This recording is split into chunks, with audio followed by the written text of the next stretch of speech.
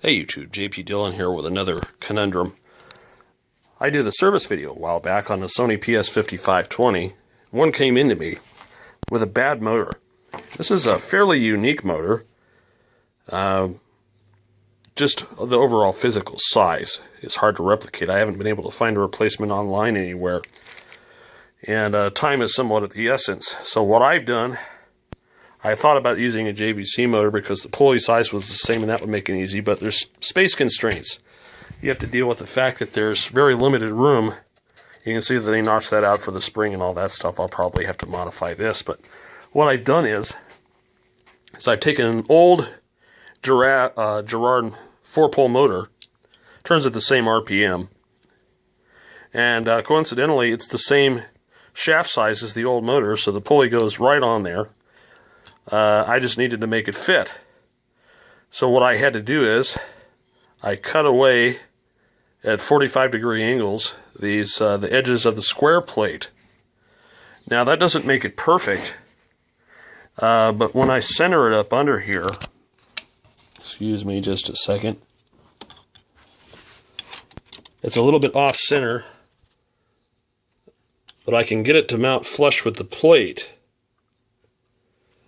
So when I set it down, yes, it's offset a little bit, but it fits in there. And the height is such that when I put the pulley on it and I secure the pulley, it's the right height, and the placement of which is good enough so that I can probably get away with it.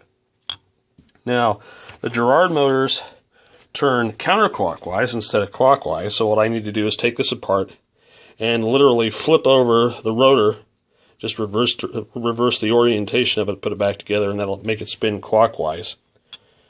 So this is kind of a challenge. I haven't done this before, so I look forward to making more videos of it as I progress in the modification of this machine.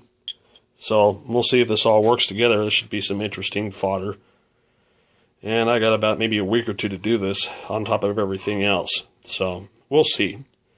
So anyway, stay tuned for more updates on the 5520 motor mod.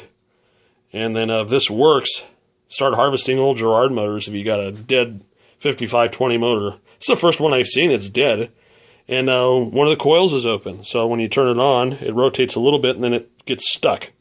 But when you de-energize it, it turns freely. So it's not a bearing thing. There's no lateral slop in the bearing or anything like that. This is all beautiful. It's not very high hours, but as soon as you energize it more than about 60 volts, it turns a little bit and gets stuck. So we'll deal with this.